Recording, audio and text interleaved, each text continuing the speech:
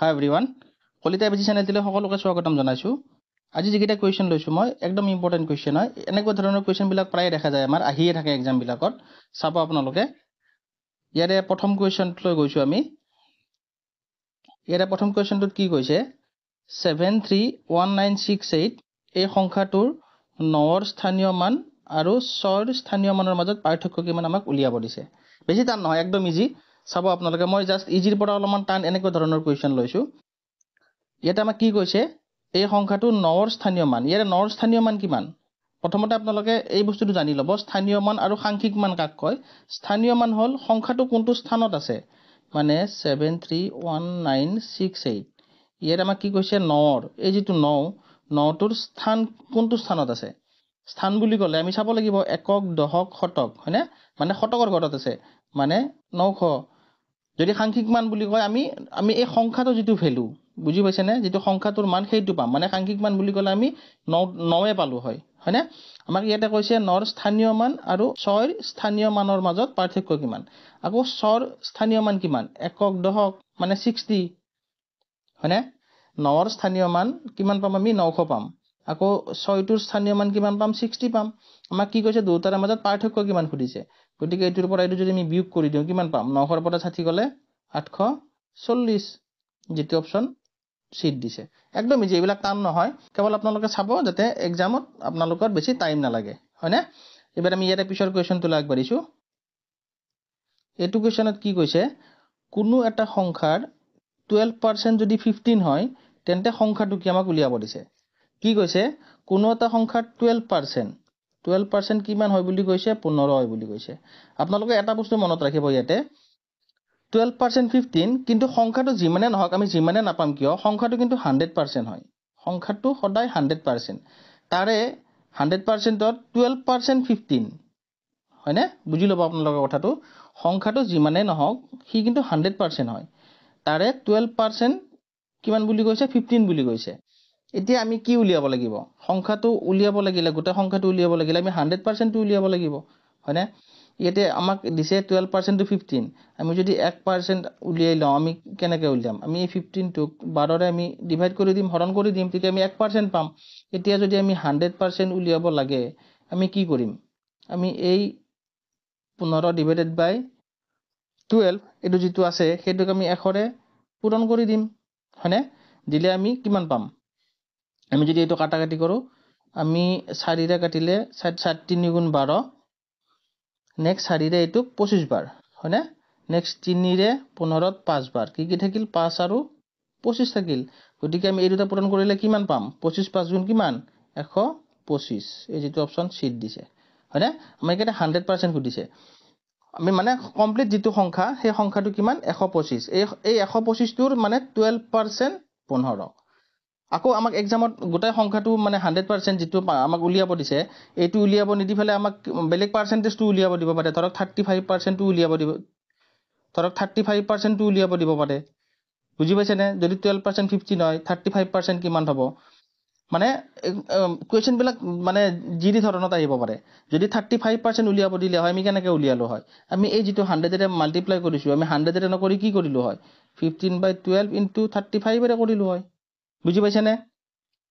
যদি 35% উলিয়াব দিলে হয় আমি এনেকৈ কৰিলো হয় বা যদি কিবা বেলেগ দিলে হয় যদি আমাক 20% উলিয়াব দিলে হয় আমি 20 আমি এটা মাল্টিপ্লাই টু 35 নকৰি 20 কৰিলো হয় হয়নে।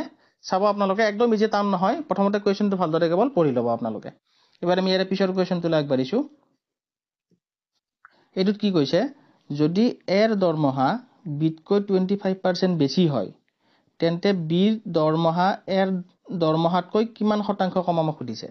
আমাক কি কৈছে কোৱেশ্চনটোত এৰ দৰমহা বিতকৈ 25% বেছি মানে কাৰ দৰমহা বেছি এৰ দৰমহা বিতকৈ বেছি মানে এৰ বেছি বিৰ কম কিমান বেছি 25%। আমি যদি এতিয়া বিৰ দৰমহা যদি আমি 100 টকা বুলি ধৰি লওঁ এৰ দৰমহা কিমান হ'ব 25% বেছি মানে 125 টকা হ'ব হয়নে। আপোনালোকে কোৱেশ্চনটো ভালদৰে পঢ়ি ল'ব কাৰ দৰমহা বেছি বুলি কৈছে এৰ দৰমহা বেছি বুলি কৈছে বিতকে কিমান পাৰ্সেন্ট 25% মানে বি যদি 100 টকা হয় এ 125 টকা হ'ব। এতিয়া কি কৈছে বিৰ দৰমহা এৰ দৰমহাতকৈ কিমান শতাংশ কম খুদিছে। এতিয়া বিৰ কিমান দৰমহা 100 টকা এৰ কিমান 125 টকা গতিকে বিৰ দৰমহা কিমান কম 125ৰ পৰা 100 গলে কিমান 25 মানে 25 টকা কম হয়নে 25 টকা কম আকৌ কি সুধিছে কাৰ লগত তুলনা কৰিছে বিৰ দৰমহা এৰ দৰমহাতকৈ এৰ লগত তুলনা কৰিছে হয়নে গতিকে 25 ডিভাইডেড আমি কি পাতিম 125 পাতিম যেতিয়া আমি পাৰ্চেন্টেজ উলিয়াম আমি তেতিয়া মানে কি কৰিম যাৰ লগত তুলনা কৰিছে এৰ লগত তুলনা কৰিছে বি দৰমহাটো গতিকে 25 ডিভাইডেড বাই 125 নেক্সট গতিকে আমাক শতাংশ উলিয়াব দিছে পাৰ্চেন্টেজ আমি 100 ৰে মাল্টিপ্লাই কৰি দিম দিলে কিমান পাম আমি যদি এটো কাটাকাটি কৰো 5 ৰে কাটিলে 5 5 গুণ 25 নেক্সট ইয়াতে 5 ৰে কাটিলে কিমান 25 25 5 গুণ 125 এগেইন 5 ৰে কাটিলে ইয়াতে 5 বাৰ নেক্সট 5 ৰে 100 কাটিলে কিমান 20 বাৰ 20 5 গুণ 100 এই যেটো অপচন বিট দিছে আপোনালোকে প্ৰথমতে কোৱেশ্চনটো ভালদৰে পঢ়ি লব যাতে কনফিউজ না লাগে একদম ইজি এইবিলাক একো টান নহয় আপোনালোকে চাব কেৱল অলপ প্ৰেক্টিস কৰিব সো এবাৰ আমি ইয়াৰ পিছৰ কোৱেশ্চনটো আগবাঢ়িছো এটো কোৱেশ্চনত কি কৈছে পাঁচটা ক্ৰমিক সংখ্যাৰ যোগফল 160 হলে আটাইতকৈ ডাঙৰ সংখ্যা আৰু সৰু সংখ্যাটোৰ যোগফল কিমান আমাক উলিয়াব দিছে আমাক কি কৈছে পাঁচটা ক্ৰমিক সংখ্যা মানে আমি যদি ইয়াতে ধৰি লও এনেকে সাপোজ প্ৰথম সংখ্যাটো x ধৰি ললো নেক্সট দুই নম্বৰ সংখ্যাটো ক্ৰমিক সংখ্যা গতিকে কিমান হ'ব x + 1 নেক্সট 3 নম্বৰ সংখ্যাটো কিমান হ'ব x + 2 4 নম্বৰটো x + 3 5 নম্বৰটো x + 4 হয়নে এইগিটা ক্ৰমিক সংখ্যা প্ৰথমটো যদি আমি x ধৰিলো ক্ৰমিক মানে সিৰিয়ালি যাব মানে x + 1 x + 2 x + 3 x + 4 কি কৈছে সংখ্যাৰ যোগফল কৈছে 160 মানে এই গোটেইকেইটা যদি আমি যোগ কৰি দিও সংখ্যা কেইটা কিমান পাম আমি 160 পাম বুলি কৈছে এতিয়া মই যদি এটো ক্যালকুলেশন কৰো কিমান পাম আমি কেইটা x পাম এটা দুটা তিনিটা চাৰিটা পাঁচটা মানে 5x পালো প্লাস কিমান পালো 1 নেক্সট 2 3 4 মানে 1 2 3 3 3 6 6 4 কিমান 10 5x + 10 = কিমান 160 এতিয়া এই 10 টো এটা প্লাস হৈ আছে এইফালে আহিলে মাইনাস হৈ যাব মাইনাস হৈ গলে কিমান হ'ব 150 হ'ব ইয়াতে 5x 5 টো এটা মাল্টিপ্লাই হৈ আছে আমি যদি x উলিয়াব লাগে কি কৰিম 5 টো এইফালে লৈ আহিলে কি হ'ব এইফালে যিগতিকে মাল্টিপ্লাই হৈছে এইফালে ডিভাইড হৈ যাব 150/5 হৈ যাব যদি এতিয়া তুমি কাটাকাটি কৰো কিমান বাজ যাব 5 3 গুণ 15 0 30 মানে x ৰ ভ্যালু কিমান পালো আমি 30 পালো হয়না x ৰ ভ্যালু 30 পালো গতিকে নেক্সট সংখ্যাটো কি হ'ব x + 1 31 x + 2 কিমান 30 + 2 32 মানে 30 31 32 33 34 হয়নে 30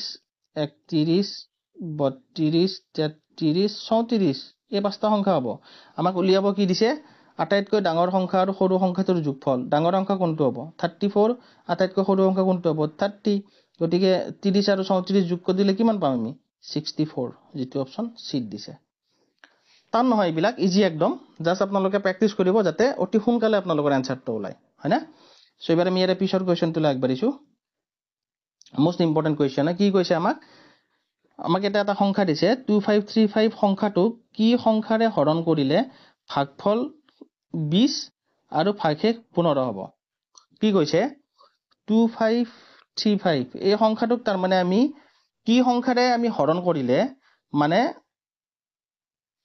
যেটো ভাগফল সেটো 20 হ'ব আৰু কিমান ৰব বাকি 15 ৰব মানে আমি যদি সিম্পলি যদি এনেকে চাও ধৰক এটা সংখ্যা ললো মই 9 9ক সাপোজ মই কিমানেৰে হৰণ কৰিম 2 ৰে হৰণ কৰি দিলো দিলে কিমান পাম 7 2 8 কিমান বাকি থাকিব 1 মানে ইয়াৰে কি কৈছে এটো আমি ভাগফল পালো হয়নে আৰু এটো আমি ভাগশেষ এটো বাকি থাকিল আকৌ কিমানেৰে হৰণ কৰিলো 2 ৰে মানে এই 9 টো পাব লাগিলে আমি কি কৰিব লাগিব আমি এই 2 পূৰণ 4 যোগ 1 4 2 থাকে 9 এনেকে পাম হয়নে ঠিক সেইদৰে এইটোটো আমি 2535 টো পাব লাগিলে আমি কেনেকে পাব পাৰো দেখাই আছো মই চাব আপোনালোকে আমাক দিছে কিমান 2535